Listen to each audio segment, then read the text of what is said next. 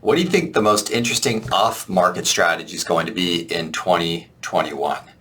Well, I think there's two things that are going to happen a lot, and I hope that you and all of my coaching clients can pull this off and make a ton of money, but more importantly, help a lot of people. So let's dig into what I think is in 2021 going to be the best off-market strategy.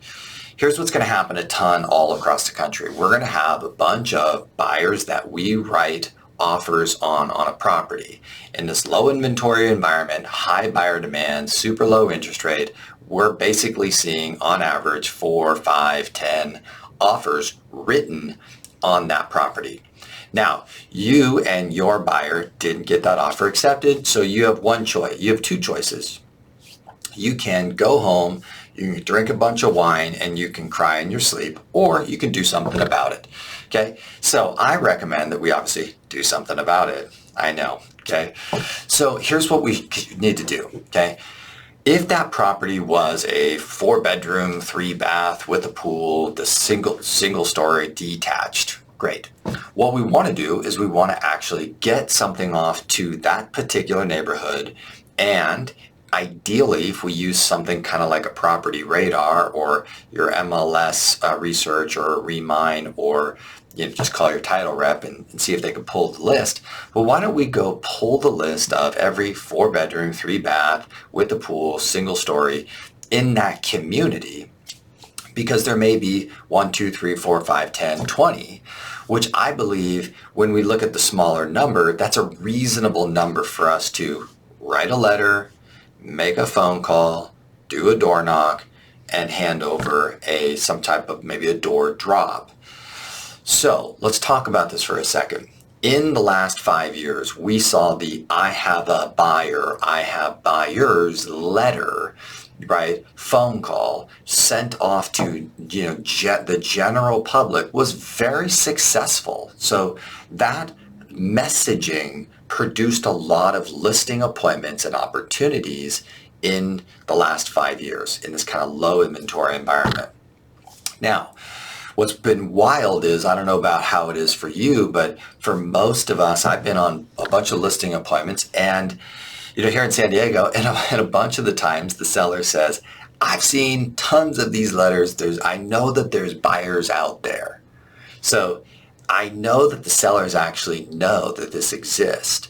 So it's kind of played out. I feel like it's kind of reached its maturity. So what's most important to us is that we level up what we do strategically, because where I've seen the most results is when the storyline is specific and it's real, not just some fake kind of general storyline of I've got buyers, give me a call. So what do I mean by that? Well, you just wrote an offer on that house, and it's Bob and Susie, and they wrote an offer, at list price, above list price, with really good favorable terms. They do love this neighborhood. So that storyline is really compelling. So therefore, if we write the letter and or the phone call and we say, hey, as an agent, my clients wrote an offer on your neighbor's house at 123 Banana that was just listed for sale and is now under contract. There was 5 offers. We wrote an offer this strong, and it was a 4-bedroom, 3-bath with a pool. My clients have asked me just to see if anyone in the neighborhood has any thoughts of selling that would potentially be the same type of property. That specificity, I think, is going to produce a really high quality result in 2020. So we know what the trend was in the last 5 years. The general message produced a really good result, but it's starting to get played out. So I think this more specific messaging is going to crush it. So let's repeat that. So now if you were to make a few phone calls, you add any one of these data services, Property Radar has been pretty good with getting very accurate phone numbers, just less phone numbers where kind of maybe a Land Voice or a Vulcan or a Red X, they'll give you a lot of phone numbers and the accuracy is kind of low. So kind of whichever service you have. But if you were to make that phone call, let me give you some best practices and advice on this. What I've learned over the years with calling neighbors, and the neighborhood phone calls are very successful if you follow a couple very important qualities and characteristics. Number one quality I highly recommend is that you make the introduction sound very local feel. People hate telemarketers, but do they really hate the local expert who is doing something purposeful? Not really. They hate the phone call from the Philippines with the person that's like, hello, how are you? And then I'm calling because, and they ask the stupid question up front. Everybody literally, my eyeballs roll back. But if you really were had a very specific reason you were calling, and you were calling on purpose with a mission that really had nothing to do with you per se, that was more value driven to someone else, a family member, or a buyer, there's something more interesting and attractive about that, which reduces the resistance of the homeowner to your phone call. So the two things I alluded to there, make it sound very local. Hey, this is Patrick. I'm a local real estate agent right here in Encinitas. Really quick, I wrote an offer on your with a great buyer couple on your neighbor's house just down the street on Banana Street. And we wrote it $20,000 over the list price. Now, is that slightly interesting to the neighbor that you wrote this offer $20,000 over list price, and it's about one of the properties in their neighborhood, and that you're a local agent. So can you see that automatically slightly interesting to the ideal potential client? Okay, so important caveat, which again, we are prospecting to find the perfect person that would actually be interested in what we have to say. That's the whole game of prospecting.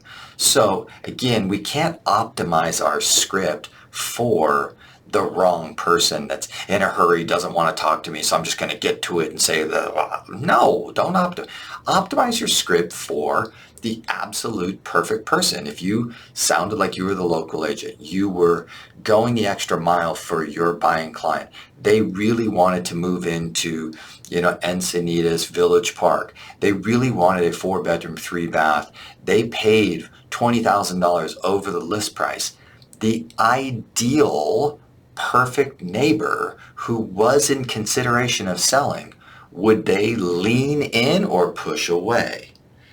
See, this is the game. It's the ideal customer. If you sounded local, you were very clear and specific about what you were doing, and it was purposeful, and it was value to someone else, and it wasn't you selling anything, that will get a great response. Okay, big shout out to my client Danny Barker out in Escondido, California, who literally just put one of these under contract for $850,000. He had the VA buyer. He found the seller. The seller actually totally loved his client. Boom, put the deal in. He sent me a text yesterday and said we opened escrow. Off market. He had the buyer, called the neighborhood, got the deal, bam. Okay? Because it's a really high value exchange, you guys. It has nothing to do with you being a telemarketer. It just has everything to do with you going the extra mile for a client with a very specific ask of the community, right? And contributing value. There you go. So in 2021, for every property we write an offer where there's multiple offers and your client is like, I love this neighborhood, don't go home and drink a glass of wine.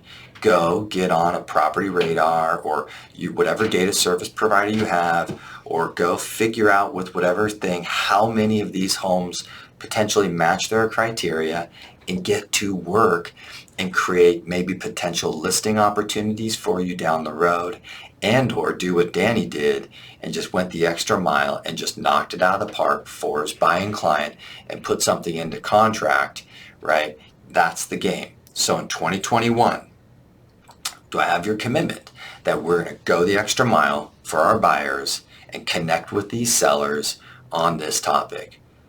Let me know your thoughts, your feedback, how I can help you with this thing. We got a lot of work to do. It's going to take extra effort on our part. So trust me, I'm not excited about this. I wish there was more inventory. I wish it was easier to get these buyers under contract. But the reality is this is kind of what we're going to see. Have fun. Let me know.